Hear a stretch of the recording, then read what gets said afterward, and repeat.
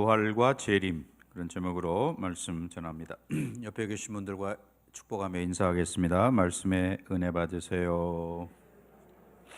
네, 말씀 전하기 전에 광고를 두 가지 먼저 하겠습니다.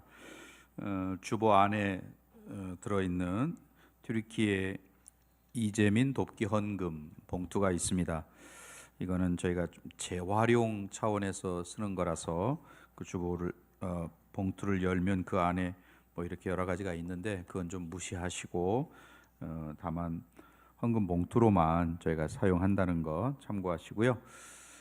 다음 주까지 저희가 헌금을 수합해서 튀르키예에 있는 우리 백대열 선교사님을 통해서 전액 후원하기로 이렇게 했습니다. 여러분께서 기억하시고 적극 참여해 주시기를 바라고요. 또 하나는 총회에서 내려온 공문인데 두 가지 서명을 좀 우리 성도님들이 하셔야겠다 하는 건데요. 하나는 그 차별금지법, 포괄적 차별금지법 입법 반대한다는 그런 서명이고, 또 하나는 사립학교법 개정악법 반대 및 올바른 재개정 청구. 지금 현재 이게 법이 개정돼 있는데 그 사립학교법, 소위 그 사학법, 거기에 보면 기독교 학교들이 학생을 마음대로 선발하는 거라든지 그런 걸 못하게 되어 있습니다. 또는 교과서, 예를 들어서 저희 기독교 학교에서 창조론을 가르치고 싶다, 그래도 그거 안 되는 거거든요. 나라에서 정해진 것만 할 수 있도록 되어 있고, 또 학교 교사들도 좀 믿음의 교사들을 좀 뽑고 싶은데 그것도 안 된다, 이런 여러 가지 법이 개정되어 있는 법이 있어서 그걸 좀 다시 좀 고쳐달라, 이런 청원이거든요. 여러분께서 나가실 때 여기 2층이나 혹은 1층에 서명할 수 있도록 되어 있습니다. 좀 시간이 걸리시더라도 서명을 좀 해주시면 오늘 한 거를 가지고 내일 저희 노예 사무실로 해서 총회로 가도록 그렇게 하려고 합니다. 참고하시고 오늘 아니면 기회가 없습니다. 여러분 꼭 참석해 주시길 부탁드립니다. 네, 우리 지난주에 데살로니가 교회의 좋은 모습, 좋은 교회가 뭐냐, 어떤 게 좋은 교회라고 할 수 있느냐. 첫 번째는 믿음이 좋은 교회가 좋은 교회다. 예수님의 십자가의 죽으심과 부활을 믿고 또 모든 성도들이 구원의 확신을 가지고 누구나 다 나와서 간증할 수 있는, 구원에 대해서 간증할 수 있는 그런 교회가 좋은 교회. 예수님께서 우리를 하나님의 진노로부터 사서 건져내어서 살려주셨다는 것도 믿고, 또 예수님이 다시 재림주로 오신다는 거, 또 오셔서 심판하신다는 거, 이런 것들을 명확하게 믿는 게 좋은 믿음이고 좋은 교회다 말씀을 드렸습니다. 두 번째가 사랑이 많은 교회.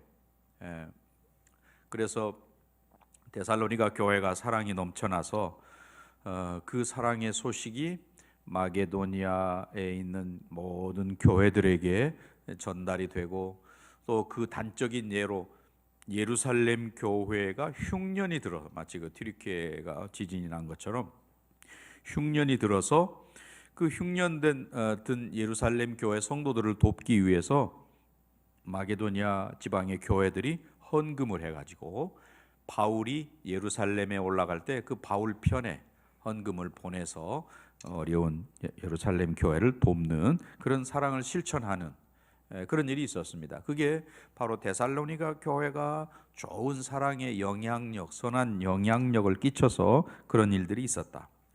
사랑이 많은 교회가 좋은 교회다. 그러면 그 사랑은 우리가 배워야 되는 건데, 하나님이 우리를 어떻게 사랑하셨는지, 예수님이 우리를 어떻게 사랑하셨는지 이런 것들을 배우면 우리가 사랑할 수 있다 그랬고요. 또 사랑은 수고해야 할 일이죠. 그냥 말로만 되는 게 아니고 내 물질과 시간과 또 재능과 이런 것들이 부어져야 할 수 있는 일이기 때문에 수고가 뒤따른다. 사랑의 수고가 있는 그런 성도 교회가 좋은 교회. 또 사랑은 자라가야 한다 그랬죠. 이 어떤 한계가 있는 게 아닙니다. 사랑은 끝이 없는 그런 거기 때문에 계속해서 자라가야 된다. 예수 그리스도에게까지 자라가는 그런 사랑. 또 세 번째가 각자 자기 일을 하기에 힘쓰는 교회가 이게 좋은 교회요, 좋은 성도다. 괜히 남의 일에 끼어들어서 간섭한다거나 또는 뭐 무의도식하면서 남에게 폐를 끼치거나 뭐 이런 거가 아닌 나에게 주어진 또 우리 각자에게 주어진 직분과 사명에 충실한 거, 이게 좋은 교회, 좋은 성도다 말씀을 드렸습니다. 이제 오늘 13절부터 마지막 18절까지는 부활과 또 재림에 대한 이제 그런 이야기인데요. 13절 말씀 여러분 한번 함께 읽어봅니다. 형제들아, 자는 자들에 관하여는 너희가 알지 못함을 우리가 원하지 아니하노니 이는 소망 없는 다른 이와 같이 슬퍼하지 않게 하려 함이라. 여기 자는 자들 그랬습니다. 예수님의 재림, 특별히 예수님의 재림 이전에 죽은 사람들을 일컫는 소위 그 완곡어법으로 표현되어 있는 잠잔다라는 게 죽었다, 죽는다 이런 표현인데, 예를 들어 성경에 열왕기상 2장 10절 같은 데 보면 다윗에 대한 이야기가 나오는데, 다윗이 그의 조상들과 함께 어떻게 했습니까? 누웠다 그래서 이게 무슨 말이에요? 죽었다는 이야기죠. 다윗이 죽어서 조상들과 같이 누워 있다, 이게 죽었다는 표현을 이렇게 하는 거죠. 여기 자는 자들 13절에 이거는 예수 믿다가 죽은 성도들이라는, 또 특별히 예수님의 재림 이전에 죽은 성도들을 가리키는 거죠. 데살로니가 교회 성도들이 바울을 통해서 이미 예수님의 죽으심, 부활하심, 그리고 다시 오심, 재림 이런 것들에 대해서 잘 들었습니다. 그런데 문제는 들은 그 말씀을 자기 자신에게 적용시키지 못한 거죠. 이게 이제 문제가 돼서 예수 믿다가 죽은 성도들을 어떻게 될 거냐. 왜냐하면 그 당시에 데살로니가 교회 성도들은 자기들이 살아있을 동안에 예수님이 오신다라고 믿고 있었는데, 이제 주변에 부모님이라든지 형제 자매들이 하나씩 둘씩 죽어가기 시작하는 거죠. 그러면 이게 어떻게 된 거냐. 초대교회 성도들이 정말 뜨거운 신앙으로 예수님이 곧 오신다고 이렇게 믿고 살았는데 벌써 하나씩 둘씩 이렇게 죽어가게 되니까 예수님의 재림을 볼 수 없는 사람들이 어떻게 될 거냐라고 하는 거죠. 이 사람들이 앞으로 어떻게 될 거냐, 여기에 대해서 의문이 있고, 데살로니가 교회 성도들이 그런 의문점을 가지고 있었다는 말입니다. 그래서 바울이 지금 이런 편지를 쓰고 있는 거예요. 오늘 여기 우리도 마찬가지죠. 예수님의 부활과 재림을 믿는 사람들입니다. 그런데 내가 믿는다라고 하는 것이 정말 제대로 믿어지고 있는가, 이렇게 아는 거, 머리로는 이해가 되고 뭐 믿는다고 하지만 실제로 그걸 확신하고 또 재림을 소망하고 이런 정도까지의 믿음인가라고 하는 것을 우리가 좀 살펴봐야 되겠고, 그거를 위해서 바울이 13절에 보시면 형제들아, 자는 자들에 관하여는 그 다음에 너희가 알지 못함을 우리가 원하지 아니하노니, 소위 그 이중부정을 써서 강조하는, 알아야 한다, 알아야만 해 라고 하는 것을 강조하기 위해서 소위 그 이중부정으로 표현하고 있다는 건데, 사실 바울은 이런 그 강조를 위해서 이런 표현들을 성경 여러 곳에서 나타내고 있어요. 예를 들어 고린도전서 10장 1절 같은 데 보면 형제들아, 나는 너희가 알지 못하기를 원하지 아니하. 똑같은 표현이죠. 그 다음에 우리 조상들이 다 구름 아래에 있고 바다 가운데로 지나며 출애굽 당시에 하나님의 보호하심과 인도하심, 구름 아래에 있고 또는 바다 가운데를 지났고라는 이런 표현을 통해서 반드시 알아야 된다. 하나님께서 어떻게 인도하시고 보호하셨는지 그걸 강조하는 말이죠. 또 고린도전서 12장 1절에 가면 형제들아, 신령한 것에 대하여 나는 너희가 알지 못하기를 원하지 아니하노니, 즉 신령한 은사들에 대해서 반드시 알았으면 좋겠다라는 그런 강조지요. 또 로마서 11장 25절 같은 데 가면 형제들아, 너희가 스스로 지혜 있다 하면서 이 신비를 너희가 모르기를 내가 원하지 아니하노니 이 신비는 이방인의 충만한 수가 들어오기까지 이스라엘의 덜어는 우둔하게 된 것이라. 무슨 말이냐면 유대인들 하나님께서 구원하시기로 작정하시고 하나님이 유대인을 직접 통치하시는 그런 신정 국가로 이스라엘을 뽑았는데 이스라엘이 하나님을 배반하고 거역하고 그래서 하나님께서 이방인들을 구원시키기로 그래서 그 이방인의 수가 다 차면 그 다음에 유대인들이 회개하고 돌아오고 그래서 유대인들이 다 죽게 돌아오면 그때 세상에 끝이 온다. 성경을 이야기하는데 그것을 일컬어서 하나님의 신비 혹은 하나님의 비밀 이렇게 이야기를 하고 있는 거죠. 또 로마서 1장 13절 같은 데 가면 형제들아 내가 여러 번 너희에게 가고자 한 것을 너희가 모르기를 원하지 아니야. 내가 얼마나 로마에 가고 싶어 하는지 그걸 좀 알았으면 좋겠다 라고 하는 것을 강조하는 그런 말이고요. 또 고린도후서 1장 8절 같은 데 보면 형제들아 우리가 아시아에서 당한 환난을 너희가 모르기를 원하지 아니하노니 얼마나 어떤 고난과 역경과 어려움을 겪었는지를 알았으면 좋겠다라고 하는 그런 강조를 위해서 이런 표현들을 바울이 여러 곳에 쓰고 있는데 바울이 중요한 거 어떤 것을 강조하기 위해서 이런 표현을 쓰고 있구나라는 것입니다. 그러니까 지금 이 말씀도 결국 복음에 대해서 하나님 나라에 대해서 예수님의 재림에 대해서 꼭 알아야만 하겠다라는 그런 강조인 것이죠. 우리가 모르면서도 알려고 하지 않는다든지 또는 뭐 모르고 그냥 그거 뭐 몇몇 사람들이나 알고 있으면 되는 거지 뭐 굳이 내가 알아야 되나 이렇게 하는 거 이게 좀 아니라는 거죠. 그렇게 하면 안 된다는 거죠. 바울은 지금 이 데살로니가 교회 성도들이 반드시 알아야 할 교리, 특별히 예수님의 재림에 대해서 좀 오해하고 있는 부분들이 있다. 오해하지 말아라 라고 하는 그런 이야기를 하고 있는 겁니다. 뭐 우리도 역사적으로 한국도 경험했던 바죠. 예수님께서 예수님의 그 재림 날짜는 본인도 모른다고 말씀하셨어요. 하나님만이 아시고 나도 모른다. 그런데 우리는 뭐 1992년 10월 28일 날 오신다 이래가지고 문제가 됐죠.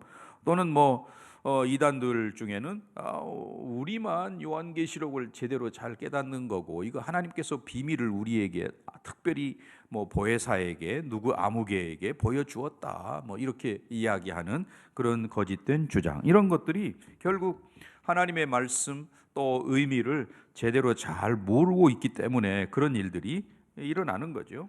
예수님을 인격적으로 우리가 알고 믿는 거, 또 예수님 그렇다면 예수님의 신분이 뭐고 예수님께서 이 땅에 오셔서 하신 일은 뭔지 이런 것들을 제대로 알고 있어야 된다는 것이죠. 마찬가지로 예수님의 재림에 대해서 예수님이 다시 오신다라고 하는 것에 대해서도 제대로 그런 신앙을 바르게 하고 있어야 된다라는 것을 지금 데살로니가 교회 성도들에게 이야기하는 겁니다. 이건 여기 계신 저와 여러분도 마찬가지입니다. 우리도 그거를 제대로 알고 있어야 한다. 왜? 거기 13절 마지막에 이렇게 나와 있습니다. 이는 소망 없는 다른이와 같이 소망 없는 다른이 안 믿는 사람은 말할 것도 없고 이 재림을 믿지 않고 있는 어떤 사람들과 같이 슬퍼하지 않게 하려 함. 그걸 제대로 알아야 예수님의 재림, 그 재림 때 어떤 일이 일어나는지 이런 걸 제대로 알아야 슬퍼하지 않게 된다. 그 말은 어떤 사람들은 슬퍼한다 그 말이죠. 죽은 거에 대해서, 죽은 자에 대해서 슬퍼하고 있다라는 그런 이야기입니다. 여러분도 마찬가지죠. 우리도 물론 부모님이 돌아가셨다든지 또 자식이 부모보다 앞서갔다든지 슬픈 일이죠. 슬퍼할 수 있고 또 슬퍼해야 인간인 건데 그러나 아주 슬퍼하지 않는 것은 다시 만날 날이 있고 재림의 때에 우리 모두가 만날 그런 확신이 있기 때문에 우리가 더 이상 슬퍼하지 않는다 그런 말이죠. 자 14절도 읽어보겠습니다. 우리가 예수께서 죽으셨다가 다시 살아나심을 믿을진대 이와 같이 예수 안에서 자는 자들도 하나님이 그와 함께 데리고 오시리라. 네, 예수님의 재림, 또 죽은 자들의 부활, 이런 거에 대해서 소위 이게 우리 기독교의 내세관이라고 하는 거 아니겠어요? 뭐냐, 예수님은 죽었다가 다시 살아나셨다라고 하는 것을 먼저 우리가 믿는다는 거예요. 저와 여러분이 또 그것을 분명히 믿어야 되고요. 죽은 사람이 다시 살아났다라고 하는, 예수님께서 죽으셨을 뿐만 아니라 또 부활하셨다라고 하는 것을 실제로 믿는 거죠. 우리가 예수께서 죽으셨다가 다시 살아나심을 믿을진데, 이거 분명히 기본적으로 우리가 믿어야 하는 그런 사실이죠.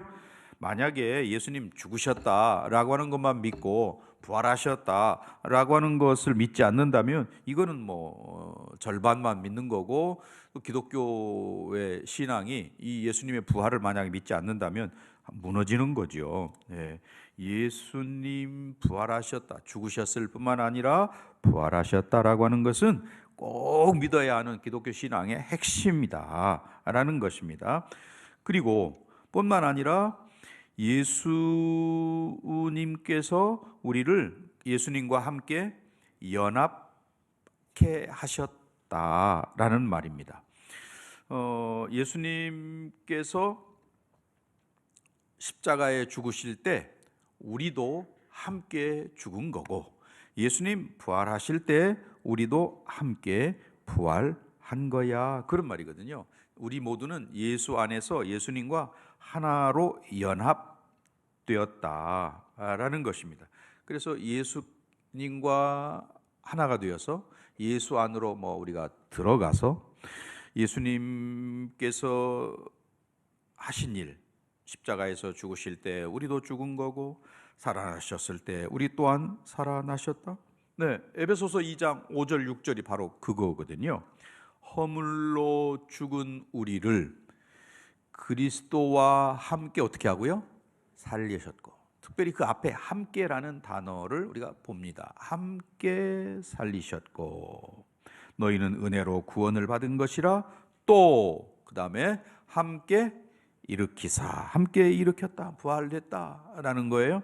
그리스도 예수 안에서 또한 함께 하늘에 앉히시니, 예수님 지금 하늘 보좌 우편에 계시는데, 예수 믿는 우리들도 예수님처럼 그렇게 이미 그곳에 앉아 있는 거다. 예수 안에 있는 자들이기 때문에. 네. 그런 점에서 예수님 무덤에서 다시 살아나신 거, 우리의 죄의 싹을 지불하고 죽음을 정복하고 우리에게 부활 생명을 주시기 위해서 살아나신 거고, 그래서 그것을 믿는 저와 여러분은 영생을 이미 가진 사람들이다 하는 거고요. 14절 마지막에 보면 이와 같이 예수 안에서 자는 자들도, 죽은 자들도 하나님이 그와 함께, 예수님과 함께 어떻게 한다고요? 데리고 오시리라, 이렇게 이야기를 합니다. 예수님 재림 이전에 죽은 성도들, 예수님께서 세상에 다시 오실 때 그들을 함께 데리고 온다, 또는 그들이 먼저 일어난다, 이렇게 표현되어 있는 것도 있죠. 고린도 전서라든지 이런 데 보면 먼저 일어나는 것으로 이렇게 표현되어 있다. 그래서 그 먼저 죽은 사람들이든 살아있는 사람들이든 모두가 다 예수님의 재림의 영광에 함께 참여하는 거다라고 이야기를 하는 겁니다. 15절 볼까요? 15절, 우리가 주의 말씀으로 너희에게 이것을 말하노니 주께서 강림하실 때까지 우리 살아남아 있는 자도 자는 자보다 결코 앞서지 못하리라. 네, 이 말은 똑같다, 그런 말이거든요. 살아있는 자나 먼저 죽은 자나 다 똑같지, 누가 앞서고 누가 뒤에 서고 이런 게 아니라, 그런 이야기인데, 네, 지금 이 데살로니가 교회 성도들이 먼저 죽은 성도들, 일가 친지든 부모든 자녀든 그들을 염려하기 때문에 바울이 먼저 죽은 사람들이든 또 지금 살아있는 사람들이든 예수님의 재림의 때에는 다 똑같다라고 이야기를 하고 있는 것이죠. 그런 점에서 우리가 죽은 분들에 대해서 너무 슬퍼하지 않는다라고 하는 거예요. 예수님 강림하실 때, 그때에 모두가 다 같이 그 영광의 자리에 참여한다. 호련히 변화되는 것을 이야기하는 거죠. 자, 16절도 보겠습니다. 주께서 호령과 천사장의 소리와 하나님의 나팔 소리로 친히 하늘로부터 강림하시리니 그리스도 안에서 죽은 자들이 먼저 일어나고. 주께서 하늘로부터 강림하신다라는 표현, 또 호령과 나팔 소리가 나고. 여기 주라는 말, 주께서 그럴 때 주는 주인이라는 의미죠. 큐리오스라는 말이 주인. 예수님께서 가장 영광스럽게 되는 때가 언제냐? 바로 이 재림의 때라고 하는 것을 이야기하는 것이죠. 물론 지금도 하늘 보좌 우편에서 예수님은 우리를, 온 세상을 통치하고 계시지요. 그리고 재림의 때에 다시 오실 터인데, 그 예수님 그때 재림주로 오셨을 때 모든 세상을 심판하시는 그런 분이시다. 그리고 그때 비로소 온 우주는 새로 재창조가 되는, 새롭게 되는 그런 일이 있게 된다. 그래서 모든 인간이 예수를 입으로 주라 시인할 것이고, 또 그 앞에 무릎을 꿇게 될 것이고, 하나님 아버지께 모두가 다 영광을 돌린다. 이미 바울은 빌립보서 2장 10절에서 그런 이야기를 합니다.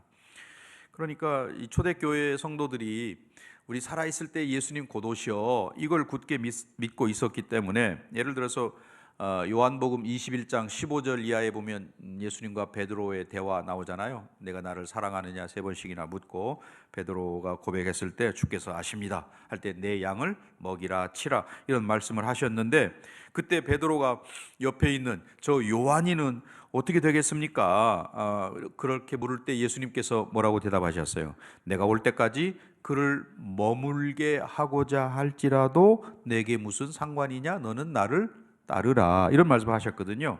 그러니까 그 이야기를 들었던 주변에 있는 제자들이, 요한이는 예수님 재림할 때까지 죽지 않는 사람이 되겠구나, 이렇게 이해를 했다는 거지요.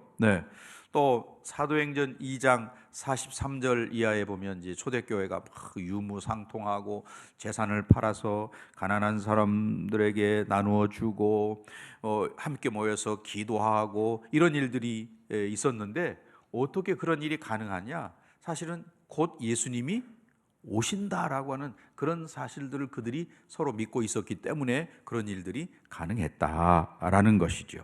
예수님 곧 오시니까 모든 재산을 나누어서 같이 서로 공유하고 어려운 사람을 돕고 이랬던 거고, 데살로니가 교회도 바로 그런 생각들을 가지고 있었던 거죠. 그래서 우리가 초대교회를 다른 말로 재림 공동체 이렇게도 이야기를 하는 거죠. 예수님 곧 재림하신다라고 하는 것을 믿는 그런 공동체였다. 초대교회, 성경에 나오는 초대교회도 그랬고, 또 우리나라의 믿음의 선배들, 초대 믿음의 선배들, 그런 분들도 그렇게 신앙을 했잖아요. 하늘에 좀 날씨만 이상하고 구름만 이상한 게 떠도 아이고 예수님 오시나 보다, 이렇게 늘 예수님의 다시 오심과 연결지어 생각하는 그런 재림 신앙이 있었던 거예요. 그러니 어떤 어려운 상황도 이겨낼 수 있었던 거고 흔들림이 없는 거지요. 예수님 강림하신다라고 표현되어 있잖아요. 여기 정말 15절에 말하는 주께서 강림하신다. 강림이라는 이 단어 파루시아라는 말인데, 원래 황제나 왕이 지방을 이렇게 순찰하는 거 그때 쓰는 말이 파루시아거든요. 강림이라는 단어가. 근데 예수님께서 왕으로서 이 땅에 오시는 거, 재림 혹은 강림 다 같은 말인데 그런 의미입니다. 구름을 타고 큰 권능으로 오실 것이다. 그럴 때 주의 호령이 16절에 보면 있을 것이고, 또 여기 천사장, 그러면 천사장은 보통 미가엘 그러잖아요. 미가엘은 사탄과 싸우는 그런 천사일 텐데, 그의 소리가 들리고 하나님의 나팔 소리가 나고, 이런 일들. 그래서 그때에 16절 마지막에 보면 그리스도 안에서 죽은 자들이 먼저 일어나고, 부활의 몸을 입고 예수님, 부활하신 예수님처럼 완전히 변화된 그런 모습으로, 지금 땅속에 들어가 있고 형체도 없고 뭐 이럴 사람들일 텐데, 그때 그들이 다 일어나서 변화될 것을 이야기하는 거고, 그 후에 살아남은 우리도 17절을 보면 그 후에 우리 살아남은 자들도 그들과 함께 구름 속으로 끌어올려 공중에서 주를 영접하게 하시리니. 네, 공중으로 끌어올려라는 이 단어도 사실은 좀 잘 해석을 해야 되는데, 호련한 변화, 영광스러운 변화, 이런 걸 의미하는데, 마치 그 세대주의자들은 휴거 한동안 우리나라를 막 휴거의 물결이 휩쓸었던 적이 있습니다. 성경을 잘못 해석한 거거든요. 그 소위 말하는 세대주의자들, 세대를 나누어가 7세대로 나누어서 지금은 교회 시대다, 앞으로는 예수님께서 통치하시는 천년 왕국 시대다, 뭐 그러면서 세대마다 하나님이 통치하시는 방법이 다르다. 처음에는 뭐 아담과 하와가 죄가 없는 그런 무죄 시대가 있었고, 죄를 범한 이후부터는 노아까지 양심 시대다, 뭐 양심이 다스리는 시대다, 뭐 이런 시대를 구분하고 시대마다 하나님의 통치 방식이 다르다, 이렇게 생각했는데, 우리 개혁주의는 그렇게 말하지 않거든요. 처음부터 끝까지 아담이 있을 때부터 주님 다시 오실 그때까지 하나님께서는 언약을 이루어 가시고 구속해 가시는 그런 분이시다라고 하는 건데, 이 세대주의자들은 그렇지 않았던 거죠. 세대주의가 물론 뭐 여러 가지 학설이 있는데, 영국에서 다비라는 사람이 시작을 했어요. 자기가 세대주의 이런 이야기를 자기 나름대로 주장을 하다가, 뭐 스코틀랜드에 10살 먹은 아기가 하늘로부터 계시를 받았는데 뭐 공중에 들려지고 뭐 이런 이야기들을 계시받았다고, 그러니까 그걸 또 차용해 가지고 만든 게 세대주의라는 이야기도 있고, 또 하나 세대주의를 많이 연구한 분들은 세대주의 그 이론을 쓴 사람이 자기 이름을 가짜로 이렇게 하고 다른 이름으로 했는데, 나중에 그를 찾고 추적해 보니까 예수회 신부가 기독교를, 종교 개혁을 일으킨 이 개신교를 어떻게 무너뜨릴까 생각하다가 그런 그 세대주의 이론을 만들었다, 뭐 그런 음모론도 있고, 하여튼 그렇습니다. 아무튼 성경을 이 부분, 이 17절 이 부분을 잘못 해석해 가지고 휴거 논리를 만든 이것은 잘못되었다. 그거는 간단히 말하면 1992년 10월 28일 날 어떻게 되는 거예요? 사람들이, 잘 예수 믿는 사람들은 공중으로 올라가서 예수님이 거기에 오시고, 그리고 그 올라가 있는 동안에 땅에서는 어떤 일이 일어납니까? 대환란, 7년 대환란이 땅에서 일어나고, 자기들은 그 환란 피해서 하늘에서 예수님과 같이 있다가 환란이 끝나면 예수님과 같이 내려온다. 재림이 2번 있는 것으로 이렇게 설명을 했잖아요. 이게 잘못된 거다, 그런 이야기예요. 자, 아무튼 이렇게 해서 바울이 말하고자 하는 바는 17절 마지막의 결론 부분입니다. 뭐라고 되어 있습니까? 그리하여 우리가 항상 주와 함께 있으리라. 재림하신 그 주님과 영원히 같이 살게 될 거야 라고 하는 이 결론, 이것을 이야기하고, 그래서 18절에 그러므로 이러한 말로 서로 위로하라. 여기 이러한 말이라는 게 주님의 재림에 대한 이야기, 그걸로 서로 위로해라 라고 결론을 맺고 있는 겁니다. 자, 오늘 저와 여러분도 이 부활과 재림에 대해서 정확하게 알 때에 흔들림 없는 신앙을 할 수 있는 거구나. 사실 이 종말론에서 많은 이단들이 파생되잖아요. 이런 뭐 나름대로 이단들이 옛날부터 이 종말론에 대해서 이단들이 많은데, 우리가 제대로 알아야 되겠다. 부활과 재림이 우리에게 참된 위로가 된다는 것은 분명한 사실인데, 그걸 제대로 잘 알고 믿어야 되겠다라고 하는 것이죠.